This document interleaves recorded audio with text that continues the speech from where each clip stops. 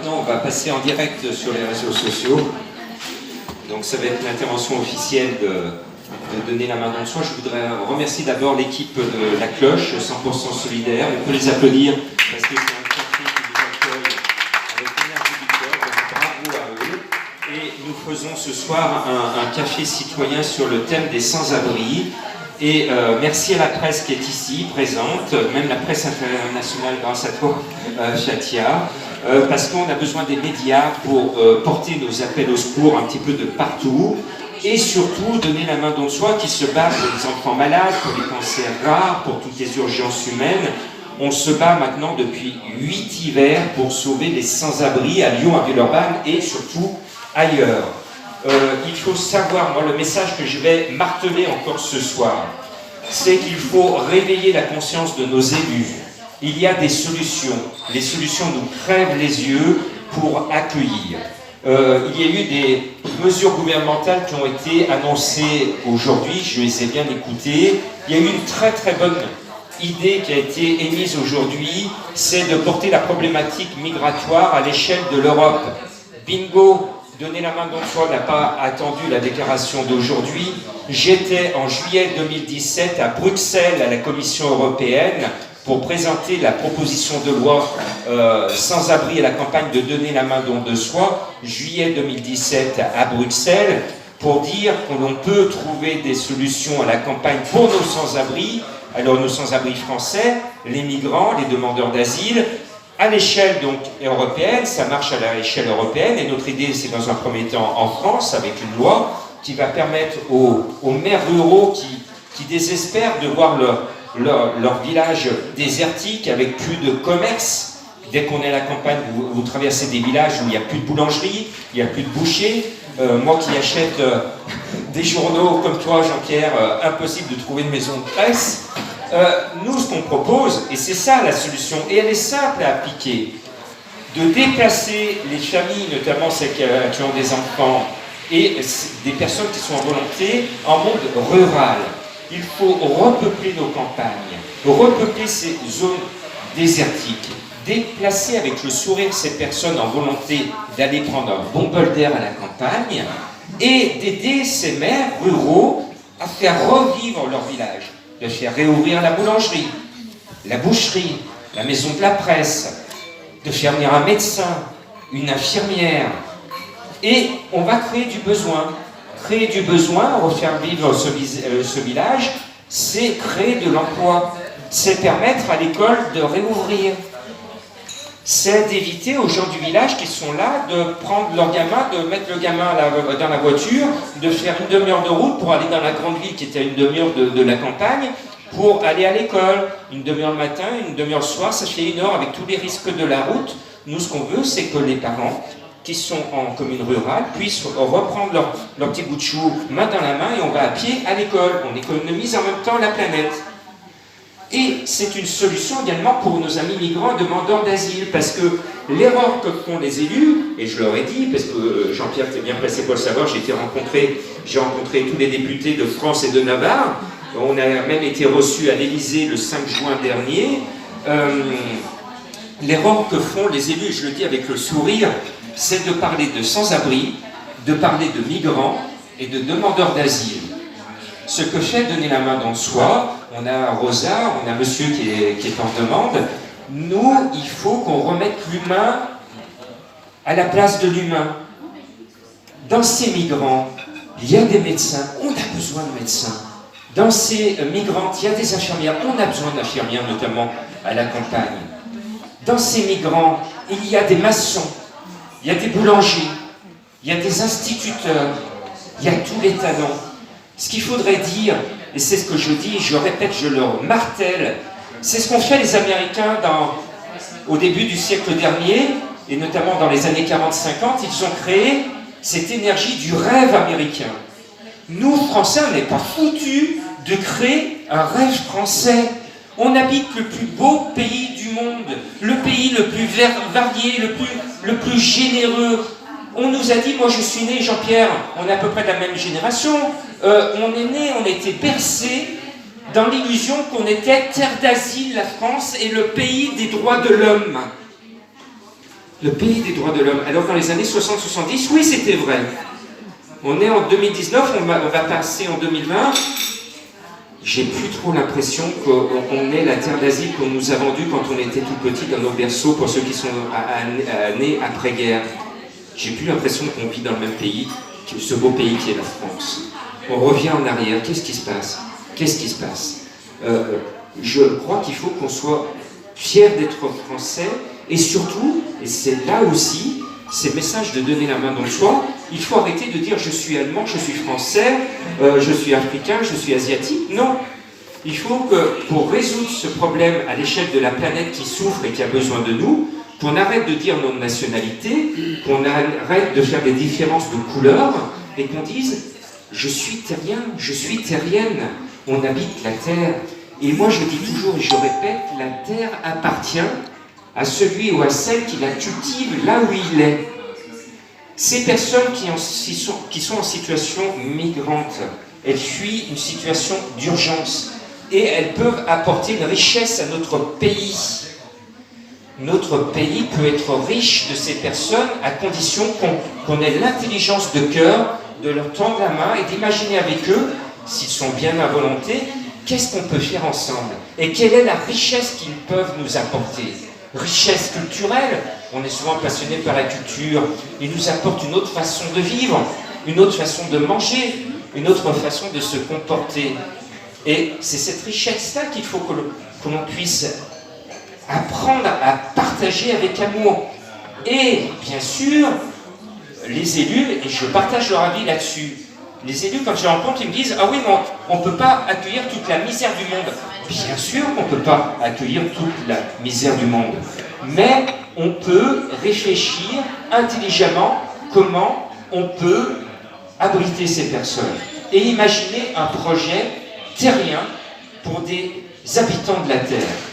Parce que contrairement aux annonces du gouvernement aujourd'hui, on va évacuer des camps vers la banlieue parisienne, manu militari, on repart. C'est-à-dire qu'on renvoie en boomerang le problème. Il arrive, on le prend avec des policiers, on le renvoie. Mais c'est pas ça, Soraya, c'est dommage, elle n'est pas là. Elle devrait arriver, mais en tout cas, j'étais avec elle.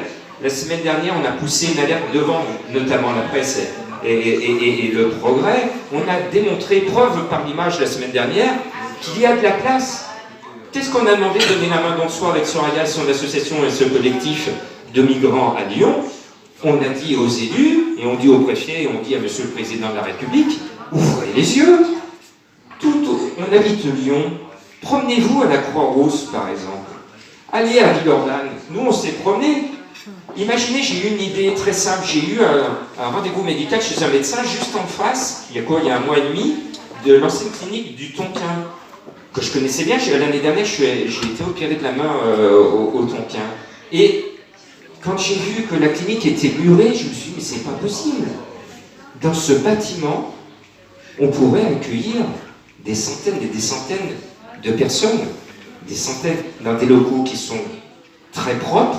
Il suffirait d'ouvrir et d'aménager au moins quelques ailes pour l'urgence provisoire, parce que bien sûr il y a des projets, c'est un bâtiment qui va peut-être rester, être réhabilité ou rasé, mais en attendant, c'est une solution. Il y a l'usine du coin, ça fait 10 ans, elle est fermée, le hangar, c'est un lieu d'accueil. Ce commerce qui est au coin de la rue, on le connaît tous, mais le rideau il est fermé depuis bien longtemps. C'est un espace qui pourrait être un espace d'accueil. Donc nous, ce qu'on a demandé la semaine dernière, c'est la réquisition intelligente, c'est-à-dire que l'État réquisitionne et prévient le propriétaire en disant on a besoin de loger des personnes dans l'urgence, de façon provisoire, pendant 1 mois, 2 mois, 3 mois, par exemple cet hiver, on occupe les lieux, on va le sécuriser et on va faire appel à des associations comme nous pour s'assurer que tout va bien. Alors moi, il y a 2 ans, le préfet, suite à une nuit dehors, j'ai dormi dehors avec d'autres personnes avec les sans-abri passage de Largue, j'ai été reçu par le préfet de l'époque. Et le préfet il m'a dit, ouais mais c'est compliqué, il y a souvent des problèmes d'amiante, et puis il n'y a pas de douche, il n'y a pas de toilette, c'est dangereux. Voilà, il y a toujours il y a toujours une bonne excuse pour ne pas occuper. Mais j'ai dit au préfet, mais quand j'ai dormi à la rue de Passage de l'Arc, il n'y avait pas de douche, il n'y avait pas de toilette, c'est système débrouille. C'est système débrouille.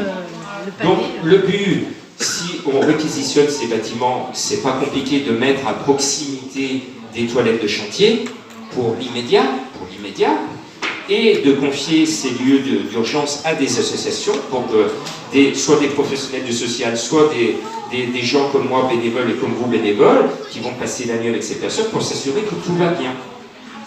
Moi je suis un ancien du 99e régiment d'infanterie de Lyon à Sathonay-Camp.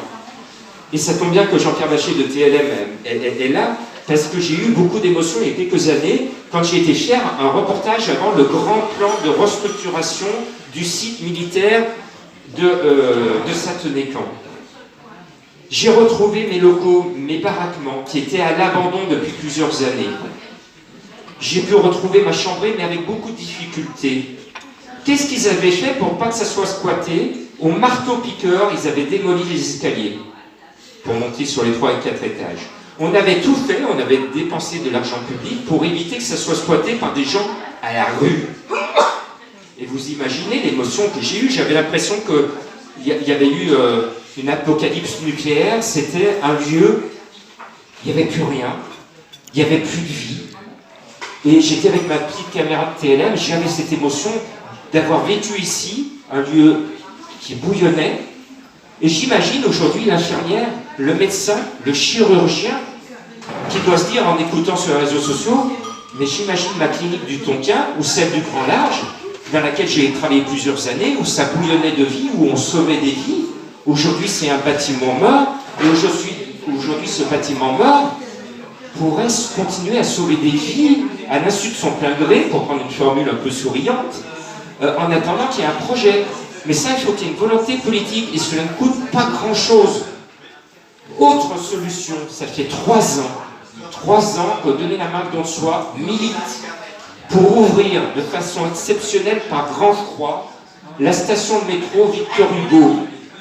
Pourquoi la station Victor Hugo? C'est une petite station avec 2 quais facilement sécurisables. Il y a des caméras de vidéosurveillance, il fait chaud dans cette station, il y a 2 quais séparés. Sur un quai, on peut mettre les femmes et les personnes en situation fragile sur ce quai, et sur l'autre quai, on peut mettre les gaillards qui n'ont pas de problème. Là, on va me dire aussi, il n'y a pas de toilettes, mais au-dessus, on met des toilettes de chantier. Et entre 1h du matin et 5h du matin, pendant les vraies fermetures de nuit et pendant l'épisode de grand froid où il fait moins quelque chose, eh ben, on donne une solution d'urgence de dernière minute à ces personnes pour que elles sont là et on les croise tous les hivers. Katia est là, et vous êtes là, ceux qui sont avec moi, on les voit, ils dorment vraiment à la rue, à Lyon, dans le centre-ville ou du côté de la Pardieu. Et Rosa qui est avec nous, elle dort sous une toile de tente avec ses enfants en ce moment. Monsieur, vous êtes dans une situation terrible aussi. Donc c'est la réalité, il y a des gens qui dorment vraiment à la rue. Dans ces gens qui dorment à la rue, il y a des enfants, ces enfants qui dorment à la rue, il y en a 2 qui sont ici avec nous ce soir. Et on essaye de les aider, mais pour l'instant, on ne trouve pas de logement. On a trouvé la scolarité grâce à mon ami Dominique, qui est mon chef d'équipe. On a trouvé des solutions, mais pas celle du logement. Donc voilà, ouvrons le métro de Lyon. Alors, la réponse de la présidente du Citral, et le Citral m'a relancé encore cette semaine, j'ai dit, il faut vraiment qu'on soit reçu par la présidente. Elle nous a envoyé un joli courrier au printemps, en disant que ce n'est pas possible, maintenance. Pas possible, maintenance. Bon. Et puis, si vous avez des actions, on mettra sur le réseau. On a eu des actions, mais ça n'a jamais été mis sur le réseau du Citral. Voilà. Donc là, on va, avec le sourire, on va redemander un rendez-vous avec la présidente du Citral pour qu'elle m'explique pourquoi, de façon exceptionnelle, quand il fait -1, -2 ou -, pourquoi on ne peut pas ouvrir cette station de métro alors que ça a été fait à Paris. Ça a été fait à Paris. Bon, je reviens de Paris, le métro parisien, il est vieux, hein, il est très très vieux. On a un métro hyper moderne. Alors comment ça se fait que les Parisiens qui ont un vieux métro arrivent à y mettre des sans-abri et que nous on a un métro super moderne, on n'est pas foutu de mettre des sans-abri? Il va falloir que la présidente du Citral m'explique. Alors bien sûr, c'est pas pour tout l'hiver, c'est simplement quand on va être dans des conditions météo extrêmes.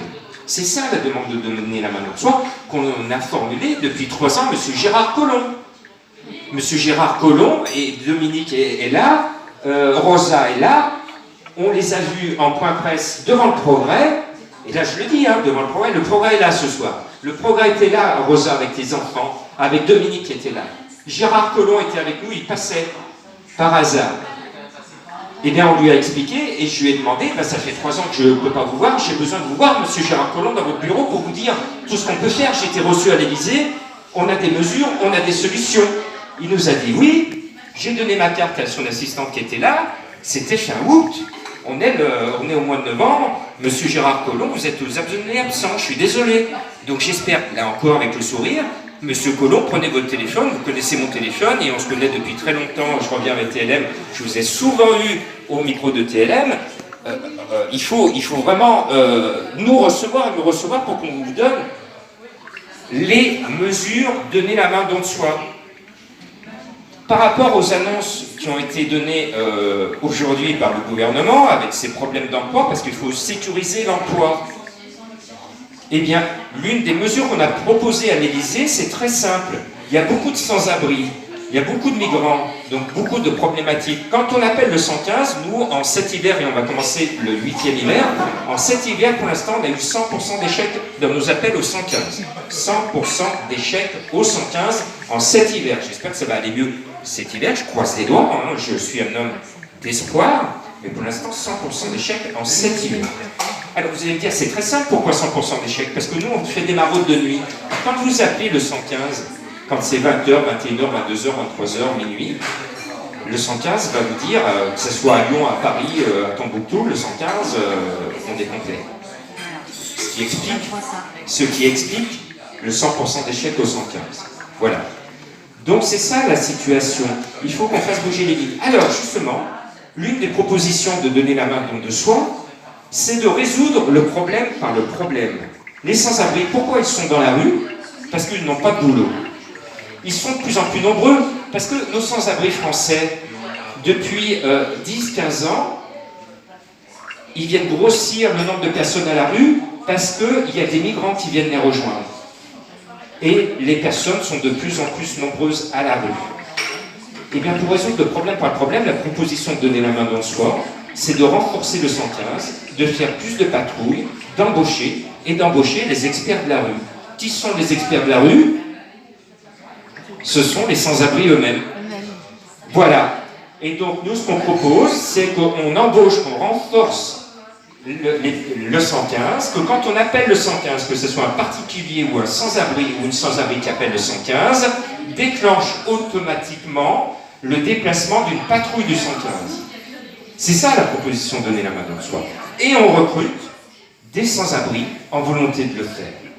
Et on va les tirer de la rue, ils seront efficaces, ce sont des experts, parce qu'ils sauront, ces sans-abri, quand ils vont avoir le t-shirt ou le blouson, ils sauront voir si la situation de monsieur est urgente, urgence vitale, si on peut se retrouver demain ou après-demain pour résoudre le problème, et de savoir où il se cache. Parce que vous fréquentez tous les Lyonnais fréquentent la Part-Dieu. Eh bien, imaginez que demain je vais voir une entreprise à la Part-Dieu. Il y a plein de gens qui se cachent dans les recoins, dans les buissons, vous ne les voyez pas en journée. Et ils sont là, vous passez à côté, vous ne les voyez pas à la Part-Dieu. Et c'est ça. Et les sans-abri, eux, savent les planques. Ils vont savoir que dans ces petites allées, c'est une planque et tout. Et donc, ils vont aller voir. Et en allant voir sur le terrain, ils vont découvrir quelqu'un qui est en train peut-être de crever. Parce qu'il ne s'est pas alimenté, parce qu'il a froid. Ce sont les experts de la rue.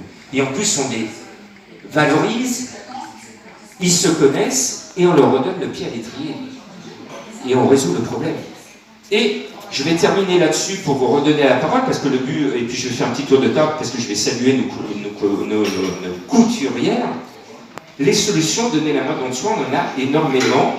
Et ce qui ne va pas actuellement, c'est que, pour l'instant, les élus n'embrayent pas avec nous.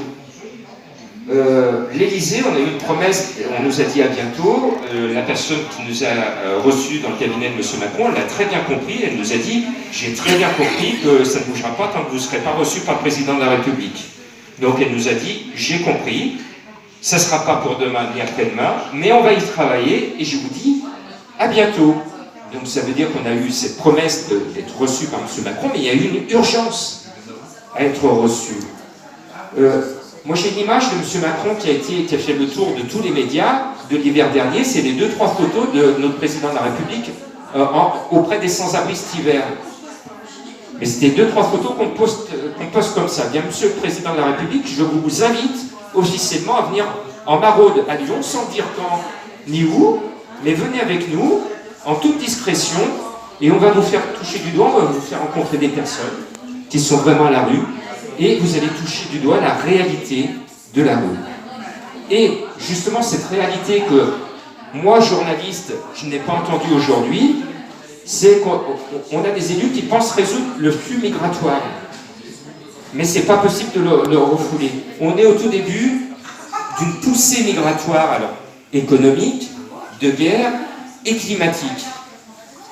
Aujourd'hui, ces gens sont poussés vers nous, parce que c'est quand même, il ne faut pas se le cacher, on est quand même un Eldorado. Ils sont poussés vers nous, mais c'est que le tout début. Et ça a commencé, Soraya m'a dit, parce que la semaine dernière, devant le progrès, j'ai dit, dans 10 ou 20 ans, ça va être énorme. Et Soraya m'a dit, mais Jean-Marc, c'est pas dans 10 ou 20 ans, c'est maintenant. Elle m'a réveillé, elle m'a dit, mais ouvre tes yeux, va à Méribel et tout, c'est maintenant, ça arrive. Il y a des Syriens, c'est tous les pays qui arrivent actuellement. Ouvrez les yeux. Alors même si on met plus de police, même si on met plus de mesures, même si on dit aux policiers de relancer, on est un gruyère, l'Europe est un gruyère, c'est-à-dire qu'on va les faire repartir, mais 15 jours après, ils vont revenir. C'est pas comme ça qu'on va résoudre le problème. Et ils vont se cacher, ils vont se mettre de plus en plus dans la clandestinité, et là encore, Jean-Pierre, tu sais que j'aime l'Ouest lyonnais, et bien, sur l'Ouest lyonnais, il commence à avoir des niches où on planque des personnes avec des gens solidaires. Et moi, ça me rappelle la Deuxième Guerre mondiale. On commence à avoir honte et à cacher les gens qui sont en situation irrégulière. Vous vous rendez compte, ça ne vous rappelle pas la Deuxième Guerre mondiale? Qu'est-ce que les générations futures vont penser de nous alors qu'il y a un holocauste en mer qui se produit avec tous ces gens qui se noient en mer en fuyant leur pays? Et là aussi, il y a une solution. Il y a une solution qui est très simple. Tous les pays de la Méditerranée, ils sont coupables. Pourquoi? Parce qu'ils ont tous des flottes militaires. Il n'y a pas de guerre. Toutes ces flottes, au lieu de s'entraîner pour du beurre à blanc, au lieu de s'entraîner, ils vont s'entraîner à faire en sorte de contrôler les bateaux, de dire non, vous êtes dans des conditions, on vous ramène tranquillement à bon port, on identifie et on les accompagne que les bateaux militaires de la Méditerranée, de tous les pays, puissent quadriller la Méditerranée pour éviter qu'il y ait des trafics humains, parce que c'est des trafics humains. Il y a certains bateaux qui partent, et après il y a un Zodiac qui arrive, le capitaine se met à bord du Zodiac, et on abandonne tout le monde.